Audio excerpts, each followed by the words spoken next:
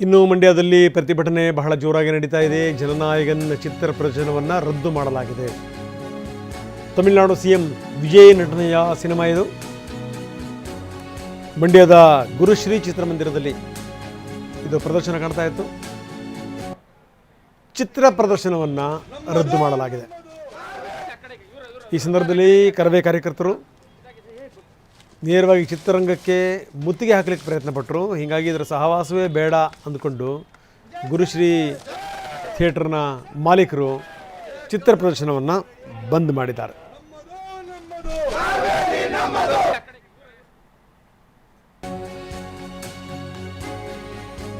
So ಇನ್ನು ಯಾವುದೇ ಕಾರಣಕ್ಕೂ ನೀರು ಬಿಡಬೇಡಿ ಅಂತ ರೈತರು ಆಗ್ರಹಿಸಿದ್ದಾರೆ. ರೈತ ಹಿತರಕ್ಷಣಾ ಸಮಿತಿ ಹೆದ್ದಾರಿಯನ್ನು ತಡೆದಿದೆ. ಹಳೆ ಮೈಸೂರು ಬೆಂಗಳೂರು ರಸ್ತೆ ಅಲ್ಲಿ ರೈತರು ಪ್ರತಿಭಟನೆ ಮಾಡಿ ವೆಹಿಕಲ್ಗಳನ್ನು ತಡೆದರು. ಇನ್ನು ರೈತರ ಪ್ರತಿಭಟನೆಯಲ್ಲಿ ಕರವೇ ಕಾರ್ಯಕರ್ತರು ಕೂಡ ಭಾಗಿಯಾಗಿದ್ದರು.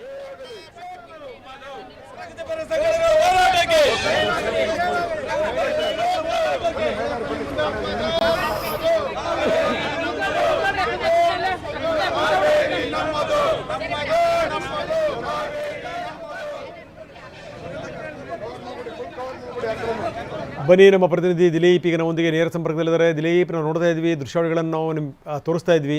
ಎಷ್ಟರ ಮಟ್ಟಿಗೆ ಪ್ರತಿಭಟನೆ ಆಗ್ತಾ ಇದೆ ಅಂತ. ನೀರು ಬಿಡಬೇಡಿ ಅಂತ ರೈತರು ಪ್ರತಿಭಟನೆ ಮಾಡ್ತಾ ಇರುವಂಥದ್ದು.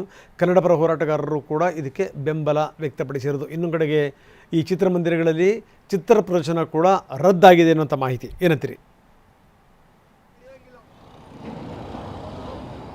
ಖಂಡಿತವಾಗಲೂ ರಂಗನಾಥ್, ಏನು ಈ ಒಂದು ಹೋರಾಟ ತೀವ್ರಗೊಳ್ತಾ ಇರುವಂಥದ್ದು. ಯಾಕಂದರೆ CWRC ಒಂದು ಆದೇಶವನ್ನು ಏನು ಮಾಡಿದೆ, ಈ ಒಂದು ಆದೇಶ ನಿಜಕ್ಕೂ ಕೂಡ ರೈತರಿಗೆ ಮರಣ ಶಾಸನ ಬರೆದಂತಾಗಿರುವಂಥದ್ದು. ಈ ಒಂದು ಕಾರಣದಿಂದಾಗಿ ಈಗಾಗಲೇ ರೈತ ಪರ ಸಂಘಟನೆಗಳು, ಕನ್ನಡ ಪರ ಸಂಘಟನೆಗಳು ಎಲ್ಲವೂ ಕೂಡ ಒಂದು ಪ್ರತಿಭಟನೆ ನಡೆಸ್ತಾ ಇರುವಂಥದ್ದು. ಹೆದ್ದಾರಿಯನ್ನು ತಡೆದು ಕೂಡ ಒಂದು ಆಕ್ರೋಶವನ್ನು ವ್ಯಕ್ತಪಡಿಸ್ತಾ ಇರುವಂಥದ್ದು. ಜೊತೆಗೆ CWMA ಆದೇಶ ಏನಿದೆ, ಆ ಆದೇಶವನ್ನು ಕಾದು ನೋಡ್ತಾ ಇದ್ದಾರೆ. ಎಲ್ಲರೂ ಕೂಡ ಈಗ ಸಭೆಯನ್ನು ನಡೆಸ್ತಾ ಇರುವಂಥದ್ದು. ರೈತ ಮುಖಂಡರುಗಳು ಕೂಡ ಎಲ್ಲ ಒಂದು ಸಭೆಯನ್ನು ನಡೆಸ್ತಾ ಇದ್ದಾರೆ. ಎಲ್ಲರೂ ಕೂಡ ಒಂದು 2:30 ಕೂಡ ನಿಗದಿಯಾಗಿರುವಂಥ ಸಭೆಗೆ ಒಂದು ಕಾದು ನೋಡ್ತಾ ಇದ್ದಾರೆ. ಯಾಕಂದರೆ ಆ ಒಂದು ಸಭೆಯಲ್ಲಿ ಯಾವ ನಿರ್ಧಾರವನ್ನು ತೆಗೆದುಕೊಳ್ತಾರೆ, ನೀರನ್ನು ಬಿಡಬೇಕು ಅನ್ನುವಂಥ ನಿರ್ಧಾರ ಏನಾದ್ರು ತೆಗೆದುಕೊಳ್ತಾರೆ ಅಥವಾ ರಾಜ್ಯದ ಪರವಾಗಿ ತೀರ್ಪು ಬರುತ್ತಾ ಅನ್ನುವಂಥದ್ದನ್ನು ಕೂಡ ಕಾದು ನೋಡ್ತಾ ಇರುವಂಥದ್ದು. ಈಗ 2:30 ಆ ತೀರ್ಪಿನ ನಂತರ ಯಾವೆಲ್ಲ ನಿರ್ಧಾರ ಆಗುತ್ತೆ, ತದನಂತರ ರೈತರ ಹೋರಾಟಗಳು ಕೂಡ ಯಾವ ರೀತಿ ಇರಬೇಕು ಅನ್ನುವಂಥ ರೈತ ಮುಖಂಡರ ಜೊತೆ ನೀವು ಇದಿರಿ. ಮೊದಲು ಸುನಂದ ಜಾರಂ ಅವರನ್ನು ಮಾತಾಡಿಸಿ ಫಸ್ಟು. ಖಂಡಿತ ಅವ್ರನ್ನೇ ಮಾತಾಡಿಸ್ತಾ ಹೋಗ್ತೀನಿ. ಮೇಡಮ್, ಈ ಪದೇ ಪದೇ ನಮ್ಮ ರಾಜ್ಯದ ವಿರುದ್ಧವಾದಂಥ ತೀರ್ಪುಗಳು ಬರ್ತಾ ಇರುವಂಥದ್ದು. KRSನಿಂದ ತಮಿಳುನಾಡಿಗೆ ನೀರು ಬಿಡುವ ವಿಚಾರ ಕಳೆದ ದಶಕಗಳ ಕಾಲದಿಂದನೂ ಇದು ಮುಗಿದೇ ಇರುವಂಥ ಕತೆ. ಬಿದ್ದ ನೀರನ್ನು ತಮಿಳುನಾಡು ಸಂಗ್ರಹಿಸ್ಕೊಳ್ಳಲ್ಲ.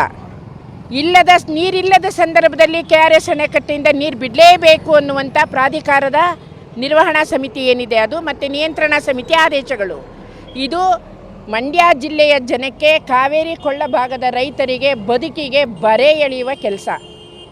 ಈ ದಿನ ಕರ್ನಾಟಕ ಸರ್ಕಾರ ಈ ಒಂದು ನಿಯಂತ್ರಣಾ ಮಂಡಳಿ ಆದೇಶದ ವಿರುದ್ಧ ಮೇಲ್ಮನವಿ ಸಲ್ಲಿಸಿರುವುದು ಸ್ವಾಗತಾರ್ಹವೇ. ಆದರೂ ಸಹ ನಾವು ಎಚ್ಚರಿಕೆಯ ಗಂಟೆಯಾಗಿ ಹೋರಾಟಕ್ಕೆ ಇಳಿದಿದ್ದೇವೆ. ಕಳೆದ 4-5 ದಿನಗಳಿಂದ ಎಲ್ಲ ಜನಪರ ಹೋರಾಟ ಸಂಘಟನೆಗಳು ಕೂಡ ರಸ್ತೆಯಲ್ಲಿ ಹೋರಾಟ ಮಾಡಿದ್ದೇವೆ, ನೀರಿನಲ್ಲಿ ಹೋರಾಟ ಮಾಡಿದ್ದೇವೆ, ಅನೇಕ ರೀತಿ ಮಾಡಿದ್ದೇವೆ. ಹೋರಾಟ ಒಂದು ಭಾಗ.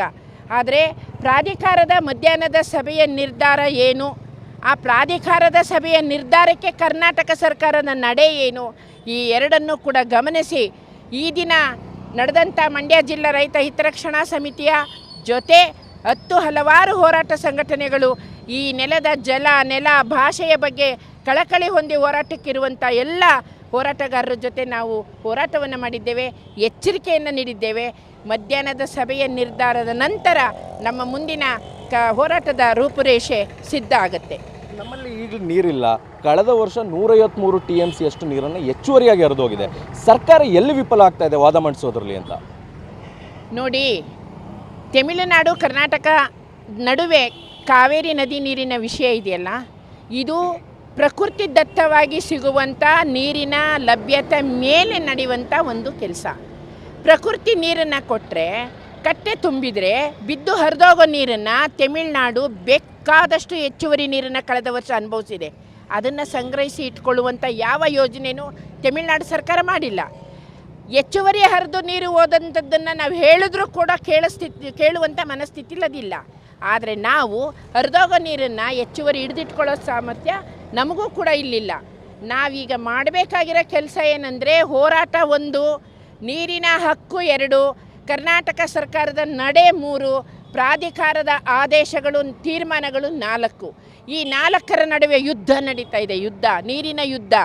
ನಾವು ಬೆಳೆ ಒಣಗಿದೆ, ಬದುಕು ಒಣಗಿದೆ, ಬರ ಬಂದಿದೆ, ನೀರಿಲ್ಲದೆ ಕುಡಿಲಿಕ್ಕೆ ಜನ ಜಾನುವಾರು ಹಾಹಾಕಾರ ಪಡ್ತಿದ್ದಾರೆ. ಈ ಸಂದರ್ಭದಲ್ಲ ಈ ತೀರ್ಮಾನ ಒಪ್ಲಿಕ್ಕೆ ಸಾಧ್ಯನೇ ಇಲ್ಲ. ಅಣೆಕಟ್ಟು ಕಟ್ಟಲಿಕ್ಕೂ ಕೂಡ ತಮಿಳುನಾಡು ಖ್ಯಾತೆ ತೆಗಿತಾ ಇರುವಂಥದ್ದು ಮೇಕೆದಾಟು ವಿಚಾರವಾಗಿ. ಮೇಕೆದಾಟು ಅವ್ರನ್ನೇನು ಕೇಳಬೇಕಾಗಿಲ್ಲ, ಅವರು ನಮಗೆ ಬರಲೂ ಬೇಕಾಗಿಲ್ಲ. ನಾವು ವಿ ಕ್ಯಾನ್ ಸ್ಟಾರ್ಟ್.